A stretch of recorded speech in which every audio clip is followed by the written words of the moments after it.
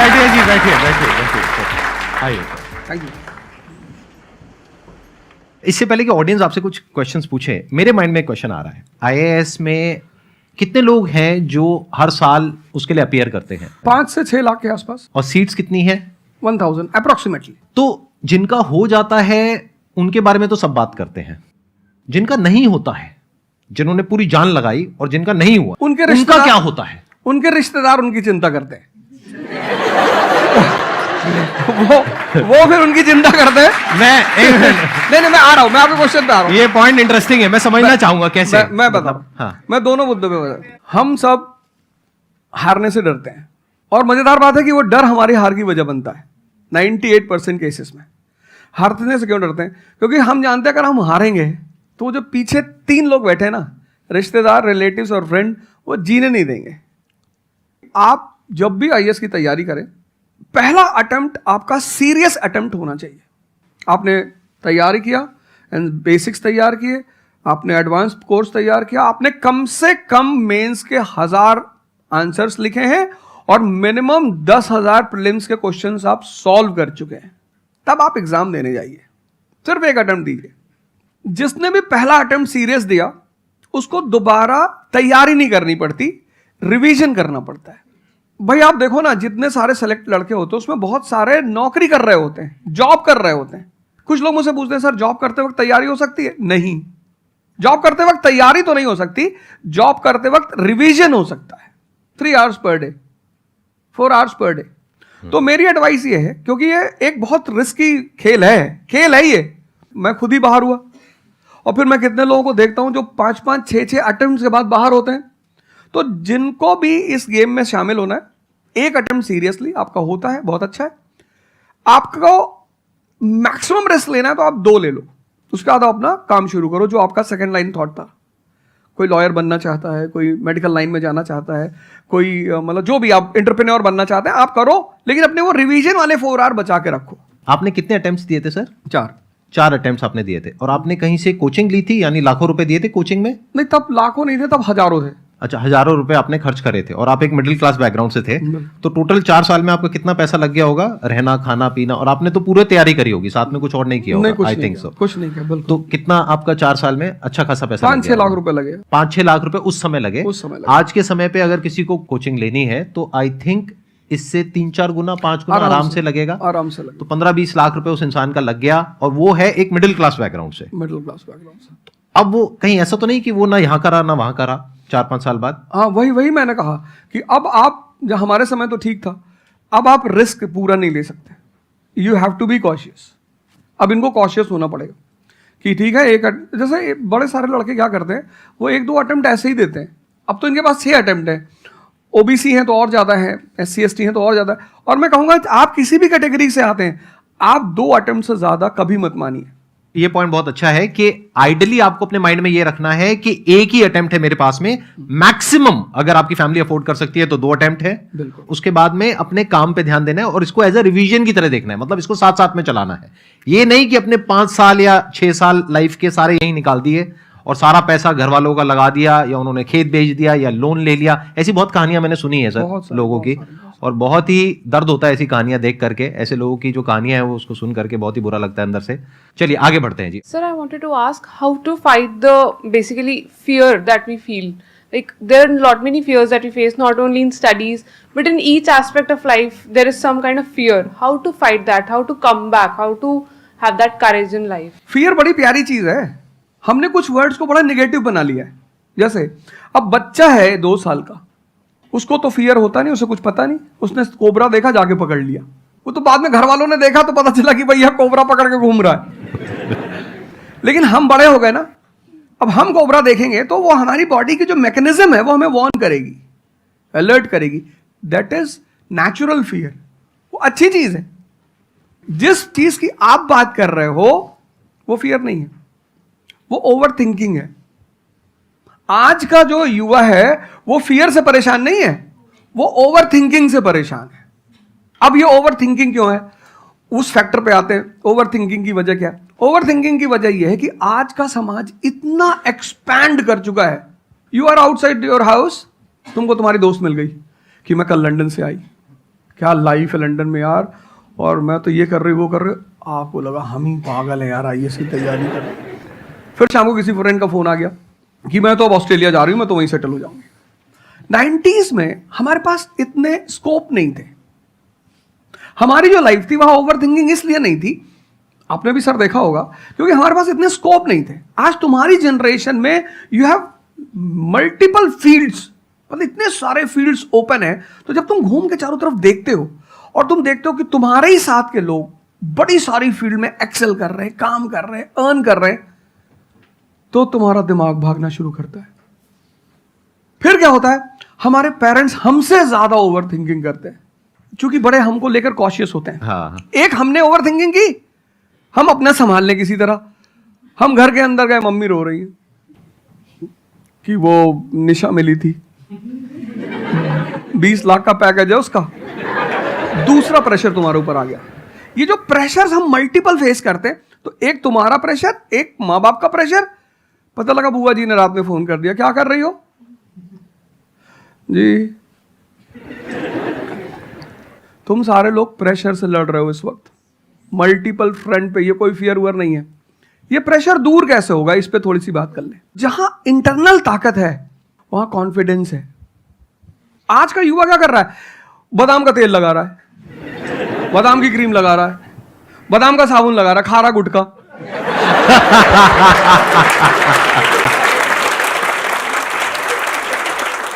आप लोगों को चूंकि हर तरफ प्रेशर झेलना है, तो प्रेशर झेलने का सबसे अच्छा तरीका होता है इंटरनल पावर। तभी तो मैं जहां भी जाता हूं एक चीज रिपीट करता हूं, योगा करो, ध्यान करो। ध्यान करोगे मन ताकतवर हो जाएगा। सर आपने जैसे कि अभी बोला कि मेंटल स्टेट के लिए एक्सरसाइज करो, योगा करो। तो पहले तो मैं फिजियोथेरेपिस्ट हूँ, ठीक है। मैं सुबह से मतलब योगा एक्सरसाइज है मेरा डेली रूटीन है, करना भी और कराना भी। उसके बाद भी at the end of the day मैं डिप्रेस हो जाती हूँ। ये नहीं कि मन नहीं लगता, इस चीज़ में ही मन लगता है, फैमिली से भी पूरा मन लगता है, ठीक है। उसके बाद भी end of the day depress हो जाती हूँ। तो उसको डिप्रेशन कैसे कम करी जाए? हम किसके साथ रहते हैं वो बहुत इंपॉर्टेंट है। मेरे एक दोस्त मेरे साथ आ रहे थे आज से करीब 7-8 साल पहले, धौला कुआं से। रात का टाइम था और हम दोनों, मैं गाड़ी चला रहा था, हम इंडिया गेट के सामने से निकले तो उन्होंने मुझसे कहा कि अब हम बुढ़े हो गए हैं। मैंने गाड़ी रोकी, मैंने कहा उतरो। तो उन्होंने कहा कि क्या हुआ? मैंने कहा उतरो, तो उतरो जरा। उतर गए, मैंने दरवाजा बंद करो, चले गए। आज तक मैंने उनसे बात नहीं की। वो उनसे पूछते हैं आज, अब तो खैर बात ही नहीं होती, पर वो बहुत उन्होंने कोशिश की कि अब क्या हुआ? तुम दिन भर अपने आप को मोटिवेट करती हो, काम करती हो, जब तुम वापस घर में आती हो, अपने समाज में जाती हो, तो सब तुम्हारे मेंटल स्टेटस का थोड़ी है, वो तुम्हारी सारी ऊर्जा को खींच लेते हैं। इसीलिए तो माँ बाप हमारी संगत पे बड़ा ध्यान देते हैं। तुम्हें लगता होगा कि माँ बाप कितने बदमाश हैं, माँ बाप भगवान हैं। उनका एक्सपीरियंस तुम अपने दोस्तों को लेके जाया करो उनके सामने।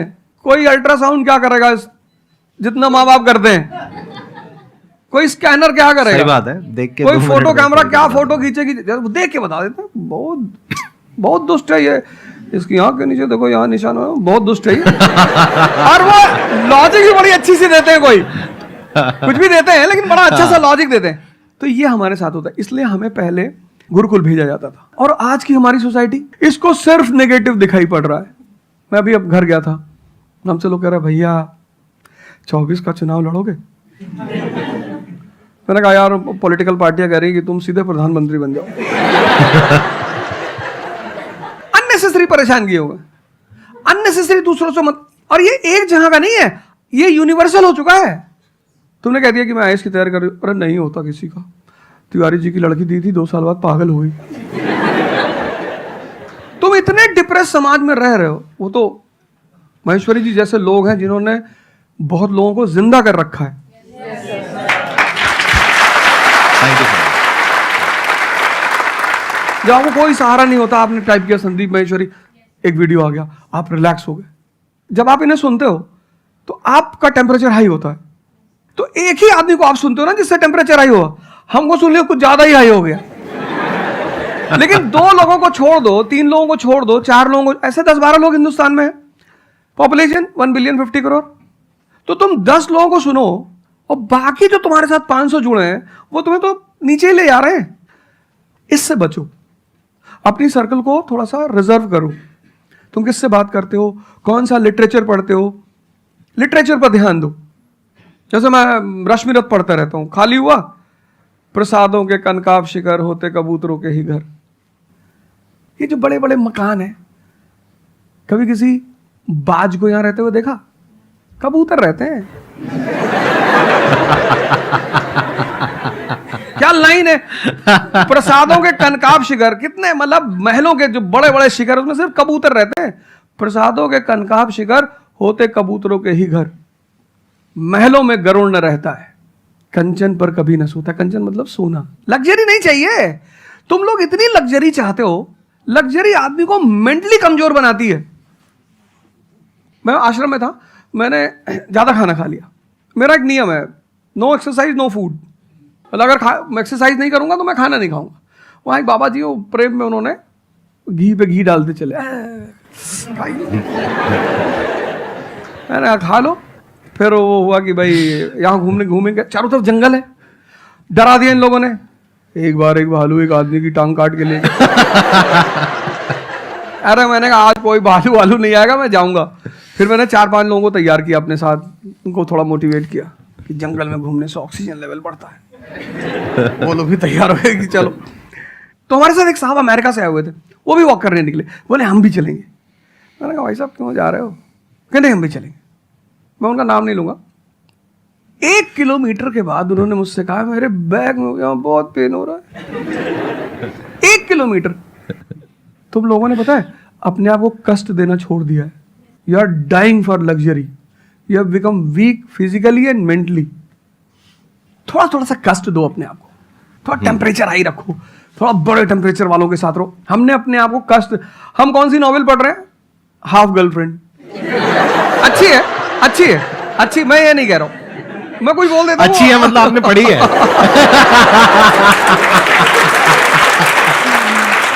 नहीं फिर कोई पकड़ निकाल लेगा, कोई वो क्लिपिंग निकाल लेगा, ओ गाली दे रहे थे। नहीं, आपने बहुत सारी गलतियां कर दी, आपकी जनरेशन ने अपने को कष्ट देना छोड़ दिया। हाँ। आप पढ़िए बड़े बड़े लोगों, अंबेडकर को पढ़ो, उनका जीवन संघर्षों का, प्रभु राम का जीवन पढ़ो। ये सब संघर्ष, ये सब लोग हैं जिन्होंने जीवन में लड़ाइयां लड़ी हैं। आपने उनको साइडलाइन कर दिया। आप राणा प्रताप के बारे में कुछ जानते ही नहीं हो, आपको वो पोएम याद ही नहीं है, खूब लड़ी मर्दानी वो तो झांसी वाली रानी थी। आपको तो एक चीज बता दी, twinkle twinkle how I wonder. आप वंडर किए जा रहे हो पूरी जिंदगी में। आपने कहा कि पूरे दिन मैं अपना काम करती हूँ, दैट इज फिजियोथेरेपी जो आप करते हैं, और शाम तक आते आते आपको थोड़ा सा डिप्रेस फील होता है, थोड़ा सा डाउन फील होता है, तो उसके पीछे क्या रीजन है आप बताइए। जैसे कि मैं बाकी पेशेंट देखती हूँ पूरा दिन में, हाँ। बट जब मैं घर पे आती हूँ तो मैं अपने मम्मी पापा को देखती हूँ। ठीक है। जो मैं उनको कहती हूँ कि आपको ये एक्सरसाइज करनी है, ये करना है, आपके लिए ये ज़रूरी है, वो ये नहीं करते। तो फिर वो मुझे डिप्रेस होता है कि मैं जब सबको सही करती हूँ और मैं अपने घर में ही सही नहीं कर पा रही। आप सबको सही नहीं करते हो, आप उन लोगों को सही करते हो जो आपके पास आते हैं। हाँ एग्जैक्टली। तो अगर आपके पेरेंट्स सही नहीं होना चाहते हैं तो उनको कौन सही करेगा? बेसिकली हमारी प्रॉब्लम क्या है कि जो नहीं करना चाहता उसको भी करवाना चाहते हैं। एग्जैक्टली। फॉर एग्जाम्पल आप में से यहाँ पे कुछ लोग बैठे हैं और बैठे हैं जो कहते हैं कि भाई आप कुछ भी बोल दो, हम तो जैसे थे वैसे ही रहेंगे, उखाड़ लो जो उखाड़ सकते हो, आप अकेले आ जाओ, आप साथ में हो जा, सर को ले आओ, आप 10 को ले आओ, हम तो नहीं बदलने वाले। उनका कोई कुछ कर सकता है? समझ गए? तो यहाँ पे किसका एक्चुअल में किसकी लाइफ बदलने वाली है? यहाँ पर हो सकता है कुछ साल बाद आप ही में से कोई यहाँ पर बैठा होगा, बट वो इंसान कौन होगा? जो खुद अंदर से बदलना चाहता है ना। Yes sir, thank you sir. Please have a seat, बैठिए। मेरा संदीप सर से ये क्वेश्चन है कि जैसे हम लोग जब आपकी वीडियोस देखते हैं तो हम लोग मोटिवेटेड हो जाता है कि हम लोगों को गवर्नमेंट से या फिर इन सब फील्ड्स में छोड़ के अपना कुछ स्टार्ट करना चाहिए जिससे देश में एंटरप्रेन्योर्स या फिर जॉब्स बढ़े। फिर हम लोग देखते हैं आप लोगों को कि भाई यूपीएससी में एक ऐसी पावर होती है जो हम करना चाहते हैं वहाँ पे हमको डायरेक्ट पावर मिलती है। जैसे कि मैं अगर एजुकेशन के फील्ड में कुछ अच्छा करना चाहती हूँ तो मेरे पास डायरेक्ट पावर होती है कि हम लोग वहाँ से कर सकते हैं। तो मैं ऐसा, मेरे पास ये क्वेश्चन फिर मतलब दोनों में कॉन्ट्राडिक्शन चलता रहता है। ना कॉन्ट्रडिक्शन नहीं चल रहा है, इसे कॉन्ट्रडिक्शन नहीं कहते, इसे कंफ्यूजन कहते हैं। मतलब एक गोल होता है ना, या फिर एक मतलब हमारे पास एक टारगेट होता है कि हम ये काम करने के लिए यूपीएससी में जा रहे हैं, नहीं, सरकार जो कहेगी वो करना है। हाँ, I was about to say that. आपका क्या गोल है? आप क्यों कर, और आप आपका नेता क्या थोड़ी है, target है? आपकी पार्टी का मैनिफेस्टो थोड़ी है, घोषणा पत्र। आप एक राजपत्रित अधिकारी हैं, गेजेटेड ऑफिसर।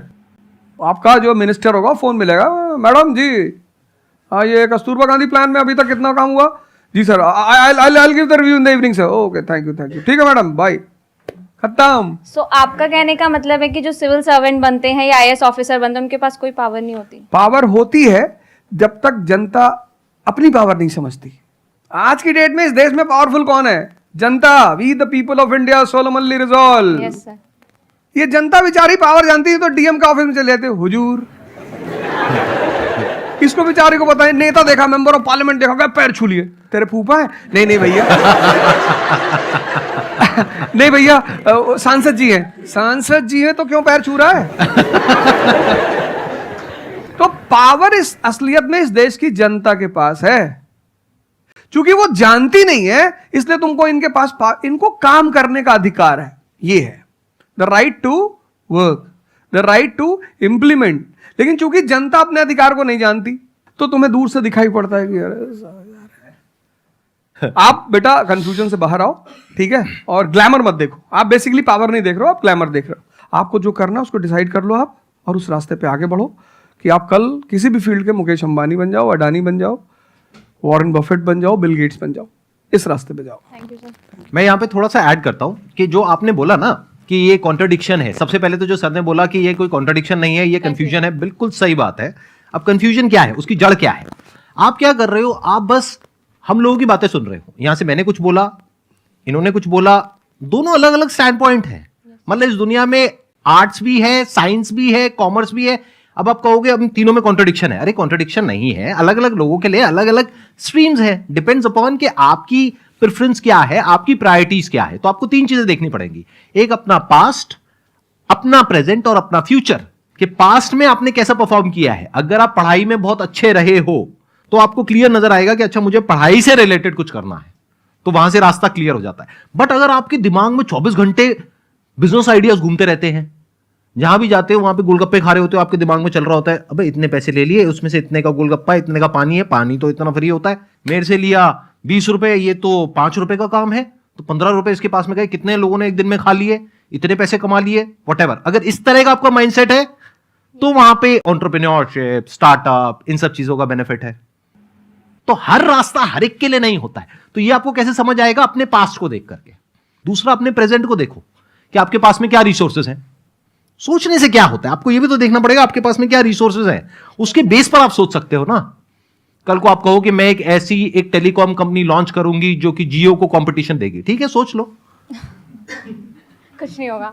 क्या है पीछे, बैकग्राउंड क्या है, आपके पास में क्या रिसोर्सेज है, Nothing. How are you going to compete. तो आप फालतू में कुछ भी सोच रहे हो ना। तो यहां पे कॉन्ट्रडिक्शन क्या है, कंफ्यूजन क्या है? कुछ भी नहीं। तो जब आपके रिसोर्सेज ही आपको अलाउ नहीं कर रहे वो करने के लिए, तो सोच क्यों रहे हो? तीसरा, फ्यूचर में आप अपने लिए कैसी लाइफ चाहते हो। जैसे सर ने कहा कि पावर नहीं मिलती है वहां पे सर्व करना होता है। इस गलतफहमी से बाहर आ जाओगे, वहां पे पावर मिल जाएगी। पावर तो पूरी की पूरी एक हिरार्की है, जिस हिरार्की में टॉप पर पब्लिक बैठी है एक्चुअल में, वो हमें पता ही नहीं है। हमारे हाथ में पावर है, किसको वोट करना है, किसको पावर में लेकर के आना है। फिर उनकी पावर के अकॉर्डिंग आगे पावर का डिस्ट्रीब्यूशन होता है, पॉलिसीज का डिस्ट्रीब्यूशन होता है, फिर उसको इंप्लीमेंट करना होता है। तो आपको देखना है कि आपको एग्जैक्टली लाइफ में चाहिए क्या है। कि अगर आपका माइंड है बहुत ज्यादा क्रिएटिव, कि आपको हमेशा दिमाग में आइडियाज घूमते रहते हैं कि कुछ अजीब करना है, कुछ अलग करना है, ये करना है, वो करना है, तो फिर वो रास्ता आपके लिए नहीं है। क्योंकि वहां पे आपके पास में पावर नहीं है, रिस्पॉन्सिबिलिटी है। But once you go in the entrepreneurship space, वहां पे रिस्पॉन्सिबिलिटी नहीं है, वहां पे पावर है, Creativity. Power to create. अब आपको देखना है कि एट द एज ऑफ 42, 48 आप किसके जैसा बनना चाहते हो। अगर एक टीचर बनना चाहते हो तो ये रास्ता है। उसके अलावा जिन्होंने यूपीएससी को क्रैक किया है उन लोगों का आप लाइफस्टाइल देख सकते हो। वैसे बनना चाहते हो, बहुत बढ़िया। मेरे जैसा बनना चाहते हो, बहुत बढ़िया। किसी और के जैसा बनना चाहते हो, बहुत बढ़िया। बट किस बेस पर? अपनी पर्सनालिटी को देखो ना, क्या लाइन हो रहा है। सर एक्चुअली आपका सेशन देख के मैं पब्लिक स्पीकिंग सीख रहा हूँ। तो कॉन्फिडेंस बढ़ाने के लिए जो आसपास के स्कूल है ना, स्कूल क्लासेस जो है उनके पास मैं जाता हूँ बच्चों को थोड़ा सा ये करने के लिए। तो मैं जाके वहाँ पे रश्मि रथवी सुनाता हूँ, मेरे को आती है थोड़ी थोड़ी, तो मैं वो सुनाता हूँ। छत्रपति शिवाजी महाराज के बारे में सुनाता हूँ।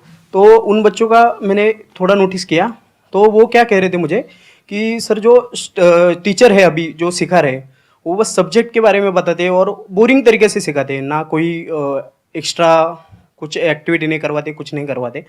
और जब ऐसा कोई एडिशनल गेस्ट आता है जो कुछ एडिशनल सिखाता है तो उनका माइंडसेट थोड़ा चेंज होता है कि सामने वाले टीचर से भी वो वही एक्सपेक्ट करते हैं। तो मुझे कभी कभी लगने लगा है कि मैं जाके गलत कर रहा हूँ या वो टीचर का, वो स्टूडेंट का देखने का नज़रिया बदल रहा है, तो वो वहीं से वो एक्सपेक्ट कर रहा है और उनका मन वहीं पे नहीं लग रहा है वो सब्जेक्ट में। तो अभी मैं क्या काम करने के दो तरीके हैं। एक, आपको काम करना ही है, कोई ऑप्शन नहीं है। एक है आप किसी भी कीमत पे काम करना चाहते हो। जैसे मैं किसी भी कीमत पर पढ़ाना चाहता ही हूं।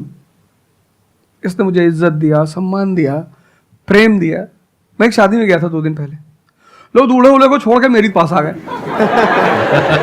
दूसरा बेचारा प्रोसेशन में क्या किया, हमसे मैसेज किया वो तुम यहां से चले जाओ।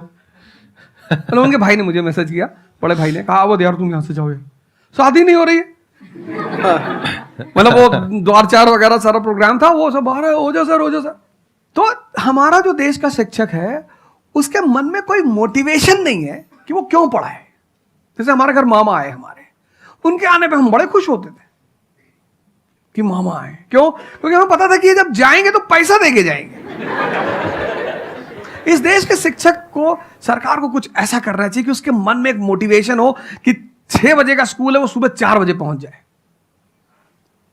कुछ ना करे इस देश की सरकार, सिर्फ उनको वीआईपी का दर्जा दे दे। फिर आप देखना, पैसा तो कौन नहीं कमा रहा है, शिक्षक सम्मान चाहता है। तो मैं अपने टीचरों से पुराने मिलता हूं, तो जैसे कहीं मिल गए वो सड़क पे, मैं खड़ा हो गया, रोक दिया सब, हाँ सर, पैर चले, तुरंत ऐसे सीना उन्हें चौड़ा कर लेते हैं कि हमारा बच्चा है जी। शिक्षक एक दुनिया की ऐसी लॉबी है जिसको सम्मान चाहिए। आप लोग कहीं भी अपने पुराने टीचरों को मिला करो, ठीक है, हो सकता है उन्होंने आपको कभी मारा हो, डांटा हो, कुछ बोला हो, लेकिन अब आप उनको थोड़ा सम्मान दे दिया करो, उससे बड़ा उन्हें फील होगा। हमारे देश के शिक्षकों के पास इनर मोटिवेशन की कमी है। कुछ लोग हैं जो इंडिविजुअल मोटिवेटेड रहते हैं, वो करते हैं कई सारे टीचर, लेकिन वो इंडिविजुअल। कुछ लोग होते हैं ना जिनको अपने धर्म का एहसास होता है, उनके लिए वो ड्यूटी नहीं होती, वो धर्म है उनका। तो वो तो जैसे भाई आप जाके आप धर्म के रूप में कर रहे हैं, हाँ। 2-4 टीचर और भी कर रहे हैं, 10 टीचर और भी कर रहे हैं, लेकिन सरकार को टीचरों को कुछ तो ऐसा करना चाहिए कि उन्हें फील हो कि नहीं यार ये हमारा देश है, ये हमारे बच्चे हैं, हमें इनको बनाना है और ऊपर उठाना है। तो अगर सरकार कुछ ऐसा कर देगी ना, सेल्फ मोटिवेशन दे देगी, अरे फिर तुम देखना इस देश के टीचरों को। सर इसमें आपसे बात करते करते ना मेरे माइंड में एक सॉल्यूशन आ रहा है, क्योंकि एज एन एंटरप्रेन्योर मेरे माइंड में सिस्टम्स एंड प्रोसेसेस घूमते हैं। मतलब मेरे माइंड में ये घूमता है कि कैसे एक प्रॉब्लम है उसको सिस्टम में कन्वर्ट कर दिया जाए, जो कि वो काम अपने आप हो जाए। क्योंकि ऐसे बहुत ही कम टीचर्स होंगे जो अंदर से मोटिवेटेड होंगे। तो ये थ्योरेटिकली तो बड़ा अच्छा लग रहा है सुनने में, बट हजारों में कोई एक आध होगा। बिल्कुल। तो अब मेरा स्टैंड पॉइंट क्या है कि क्या हो अगर जैसे हम ई-कॉमर्स वेबसाइट्स पे जाते हैं, वहां पे प्रोडक्ट के रिव्यूज होते हैं। रिव्यू कौन देता है? जो कस्टमर है। तो टीचर का रिव्यू कौन दे सकता है? जो बाहर बैठा है उस कमरे से वो, या जो कमरे के अंदर बैठे हैं। तो अगर कुछ ऐसा सिस्टम हो जाए, एक ऐसा प्लेटफॉर्म बन जाए गवर्नमेंट का जहां पे सारे टीचर्स लिस्टेड हो और based upon the number of reviews and the quality of reviews उनको रिवॉर्ड दिया जाए अच्छा ऑटोमेटिकली। कि मतलब जो नंबर 1 पे आया उसकी सैलरी डबल, कि अगर उसकी 50,000 है तो 1 लाख। बहुत अच्छा सोल्यूशन। और जिसके इतने रिव्यूज आए, यानी जिसके 4 स्टार या उससे ऊपर आए, उनकी सैलरी सीधा डबल हो गई। तो फिर देखो क्या मजा आता है। फिर हिस्ट्री पढ़ाने का जो स्टाइल है ना, वो सारे टीचर्स आएंगे अवध ओझा सर के चैनल पर और आ करके सीखेंगे भाई क्या कहानी है ये, ऐसे कैसे पढ़ाएं कि बच्चे दीवाने हो जाए।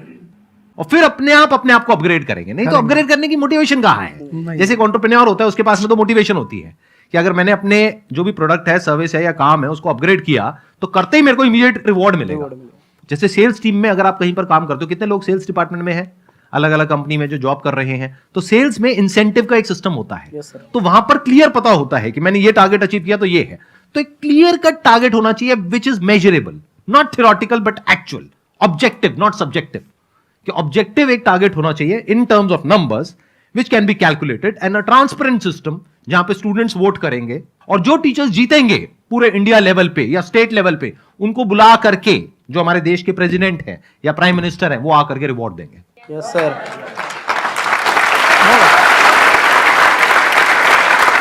Thank you so much sir आने के लिए यहाँ पर, दिल से धन्यवाद। मुझे बड़ा अच्छा लगा आपसे बात मुझे करके। बहुत अच्छा लगा यहाँ आके।